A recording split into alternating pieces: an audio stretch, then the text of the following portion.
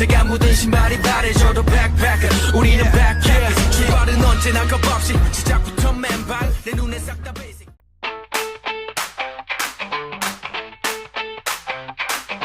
Oke, assalamualaikum warahmatullahi wabarakatuh. Izin perkenalkan, saya Radhi Ramadhani dari Prodi Pendidikan Sejarah angkatan 2003. Di sini saya akan mewawancarai saudari Liangga ini dari Prodi Pendidikan Sejarah juga semester 6 yang membahas tentang pendidikan multikultural.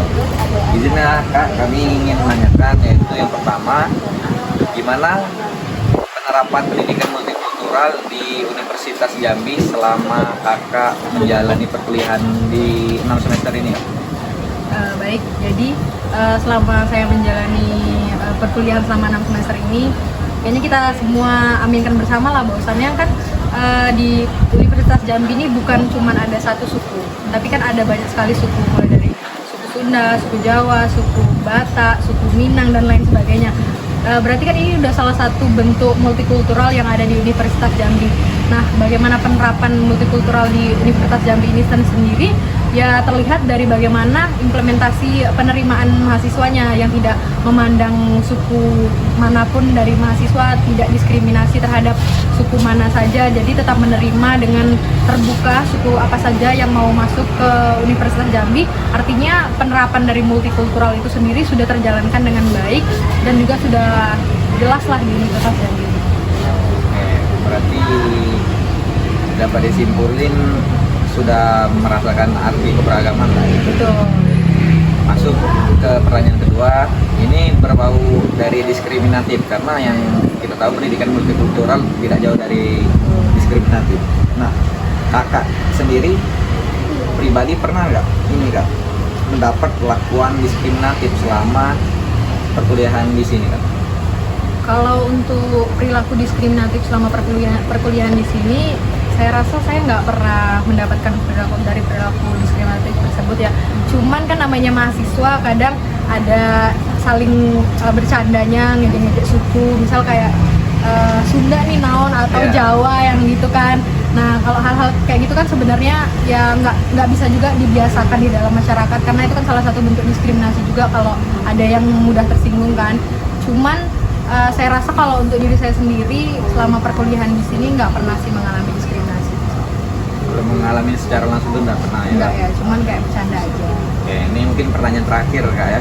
Mungkin saran kakak tentang keberagaman atau untuk penerapan pendidikan multikultural di kedepannya sebaiknya bagusnya bagaimana Kak, menurut kakak pribadi?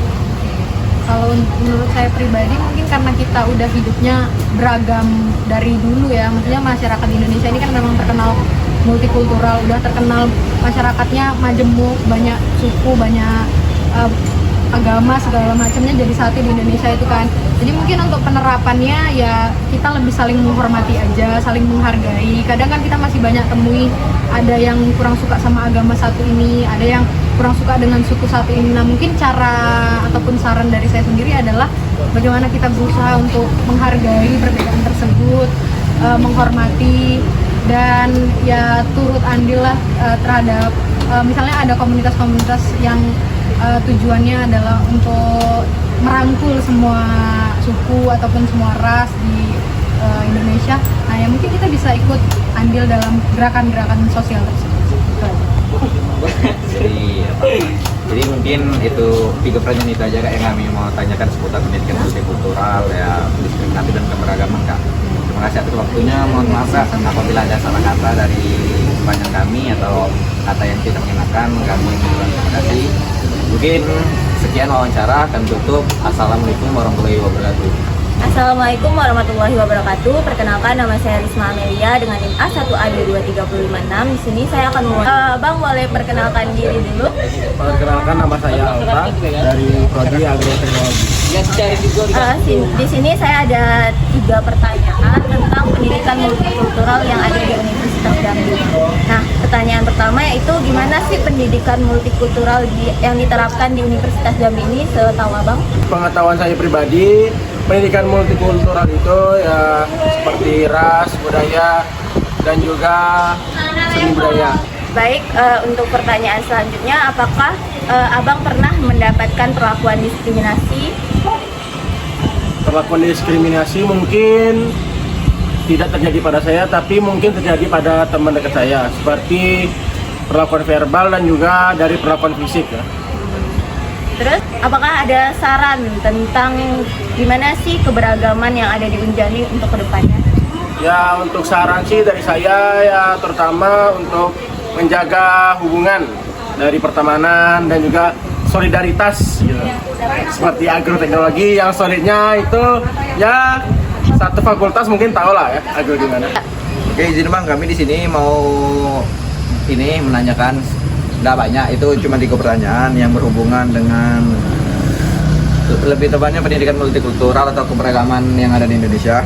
Nah, pertanyaan pertama nih bang, bagaimana pendapat abang tentang perbedaan suku, agama, atau yang bisa kita sebut tuh latar belakang sosial di lingkungan yang abang tinggali? Simpelnya tuh kayak bagaimana pendapat abang lah tentang perbedaan suku dan agama yang ada di lingkungan abang? Baik, saya akan menjawabnya. Tapi menurut berdasarkan pemahaman saya pribadi, perbedaan suku, agama, dan latar belakang itu di lingkungan sekitar biasanya menjadi pemicu adanya keberagaman di antara masyarakat. Mungkin itu yang saya ketahui bang. Oke, lanjut bang, mungkin pertanyaan kedua yaitu apa yang akan abang lakukan dalam mengatasi konflik yang terjadi di ini sekitar lingkungan abang, entah itu konflik antar etnis atau konflik antar suku. Nah, ibarat tuh ya yang abang lakuin lah untuk mencegah itu, apa tuh bang? Boleh dijawab?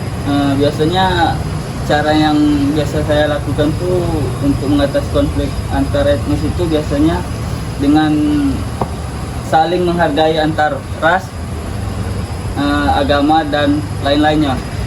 Apa harapan abang pribadi untuk generasi muda kita di selanjutnya dalam mengatasi adanya konflik antar keberagaman? Menurut saya tuh harapan saya untuk generasi muda itu di kedepannya dalam mengatasi tindakan diskriminatif, agar anak-anak muda di zaman sekarang harus lebih condong dan menerapkan nilai-nilai Pancasila dan kewarganegaraan bang. Oke bang, mungkin itulah 3 pertanyaan yang dapat kami sampaikan bang, yang kami tanya. Mohon maaf sebelumnya apabila kami ada salah kata. Jadi kami terima kasih banyak bang sudah mau berikan waktunya untuk wawancara. Kami akhiri bang. Wassalamualaikum warahmatullahi wabarakatuh. Baik, assalamualaikum warahmatullahi wabarakatuh. Perkenalkan, nama saya Risma Amelia dengan NIM A1A22356. Sekarang saya bersama dengan Abang Aska. Jadi kali ini saya akan mewawancarai salah satu masyarakat yang ada di sekitar Universitas Jambi. Kita mau tanya nih bang, bagaimana pendapat abang tentang perbedaan suku, agama, latar belakang sosial di lingkungan yang abang tinggal sekarang? Kalau saya pribadi, lingkungan saya kami toleransi lah satu sama lain. Oke. Terus yang pertanyaan kedua, apa yang abang lakukan dalam mengatasi konflik antar etnis atau suku? Mungkin edukasi lah ke masyarakat kalau perlunya toleransi satu sama lain, jadi ya tidak jadi konflik. Ini pertanyaan terakhir, apa harapan abang untuk generasi muda ya dalam mengatasi tindakan diskriminatif di lingkungan masyarakat ini? Yang pertama tadi itu mbak, mengedukasi lah sesama biar di kemudian hari itu tidak ada lagi yang ada namanya konflik, kericuhan dan lain-lain tentang perbedaan suku, agama dan lain-lain. Terima kasih ya bang, sudah mau meluangkan waktu untuk kami wawancarai. Assalamualaikum warahmatullahi wabarakatuh. Perkenalkan, nama saya Fitri Sakira dengan NIM A1A2233057 dari Pendidikan Sejarah semester 4 Bapak. Permisi Bapak, boleh perkenalkan namanya? Saya Muhammad Aurel Lubis, dosen di Prodi Bimbingan dan Konseling. Oke, baik. Terima kasih Bapak. Di sini Tujuan saya ingin mewawancara Bapak terkait pendidikan multikultural yang ada di Unja, lingkungan Unja. Baiklah, untuk pertanyaan pertama, bagaimana penerapan pendidikan multikultural di lingkungan Unja? Ini secara spesifik mata kuliahnya atau secara general ya? Iya, Pak. Ya, generalis sebenarnya kan sebagai bangsa yang memiliki banyak latar belakang, budaya, kebiasaan, agama dan lain-lain, kita tahu bahwasannya bangsa kita itu punya perbedaan-perbedaan culture ya, budaya begitu. Nah, dalam kaitannya implementasi misalnya ke mata kuliah atau dalam proses pembelajaran, biasanya saya secara pribadi sih mengaitkan terhadap berbagai latar belakang yang ada begitu ya. Ketika kita ngasih contoh begitu ya, bahwasannya kita itu ya memiliki perbedaan agama, sudut pandang, kan cultural ya tidak kaitannya kepada etnis saja begitu, tapi kaitannya kepada kebiasaan ya, pada cara pikir pun bisa masuk ke dalamnya begitu. Jadi ketika kita ngasih contoh, apalagi itu punya relasi dengan bimbingan dan konseling ya, bahwasannya ketika perilaku manusia itu terkadang dipengaruhi oleh budayanya, kebiasaan dan lain-lain ya, yang dimana ketika itu maka akan melahirkan perilaku yang berbeda juga, motivasi yang berbeda, sikap, karakter yang berbeda-beda pula, sehingga ketika kita sebagai seorang yang memiliki ilmu bimbingan konseling harus memiliki pemahaman terhadap itu. Jadi kita harus menghadirkan kekayaan konteks mengenai perbedaan budaya itu, sehingga mahasiswa mengerti bahwasannya perbedaan budaya itu bagian dari inklusivitas dalam kehidupan kita. Baik Bapak, terima kasih. Selanjutnya pertanyaan kedua, penerapan pendidikan multikultural, solusi yang harus kita hadapi di lingkungan Unja, solusi dari penerapan pendidikan multikultural. Maksud pertanyaan gimana? Solusi? Maksudnya itu penerapan pendidikan multikultural di Unja, ada nggak solusinya gitu untuk kita menerapkan multikultural itu di Unja? Oh iya. Ya memang apa ya? Kita kan juga punya berbagai latar belakang pendidikan ya, dosen-dosennya, baru kemudian latar belakang budaya dan lain-lain dari aspek mahasiswa dan dosennya begitu. Nah, dalam proses perbedaan-perbedaan itu kita mengerti bahwasannya kita memiliki itu tadi perbedaan hal-hal yang mungkin kaitannya kepada perilaku, karakter, sudut pandang, kebiasaan dan lain-lain.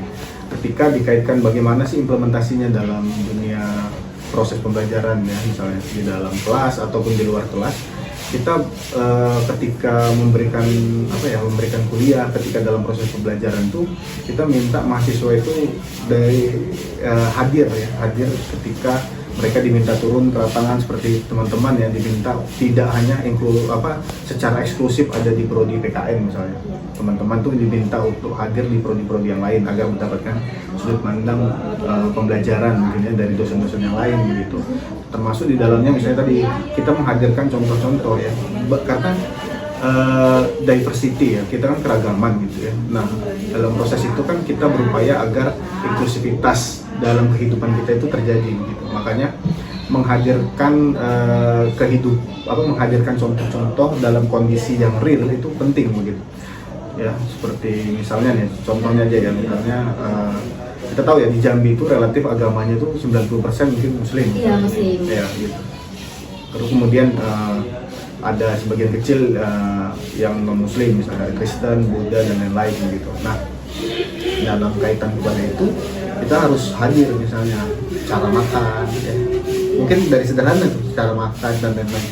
Tapi ya itu agar orang-orang memahami bahwasanya perbedaan cara makan, cara pandang, kaitannya ini kepada agama misalnya, ya itu juga penting untuk diketahui. Terima kasih Bapak. Ini pertanyaan terakhir, apakah Bapak dapat menyebutkan bentuk-bentuk diskriminasi di lingkungan Unja yang Bapak ketahui? Diskriminasi terhadap diskriminasi yang mungkin Bapak lihat di lingkungan Unja. Kalau tidak Bapak alami secara langsung, mungkin laporan secara tidak langsung juga bisa loh. Bapak pernah melihat tindakan diskriminasi? Saya sih tidak pernah mendengar ya ada diskriminasi di sini. Bukan, tapi itu tidak menegasikan bahwasanya diskriminasi itu ada atau tidak gitu. Iya. Nah, tapi sejauh yang saya lihat, saya nggak pernah melihat diskriminasi itu ada gitu. Ya. Tapi mungkin yang mungkin seperti tadi ya, karena kita itu Unja kan juga relatif budayanya itu Melayu ya, Iya. misalnya ya, Melayu ya dan lain-lain.